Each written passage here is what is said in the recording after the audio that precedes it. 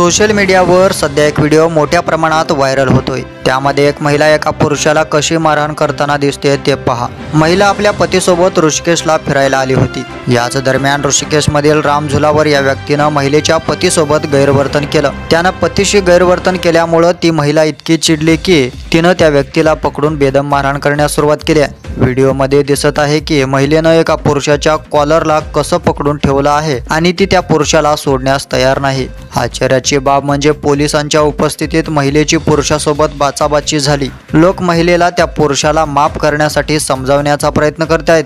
त्यावर ती महिला चिडते आणि त्या पुरुषाच्या कानशिलात लगावते। भांडणाचा हा व्हिडिओ सध्या सोशल मीडियावर व्हायरल होतोय, ज्यावर युजर्स आपापल्या प्रतिक्रिया देत आहेत। एका युजर्सनं लिहिलंय की कोणत्याही कारणाशिवाय सार्वजनिक ठिकाणी वाद निर्माण करणाऱ्या महिलेला शिक्षा झालीच पाहिजे। आणखी एका युजरनं लिहिलंय, बिचारे पोलीसही शांतपणे शो पाहतायत। तर दुसऱ्या युजरनं लिहिलंय, व्हिडिओमध्ये कोणाची चूक आहे हे शोधणं कठीण आहे, पण नवऱ्याच्या बाजूने लढणारी बायको मात्र प्रत्येकाला मिळावं।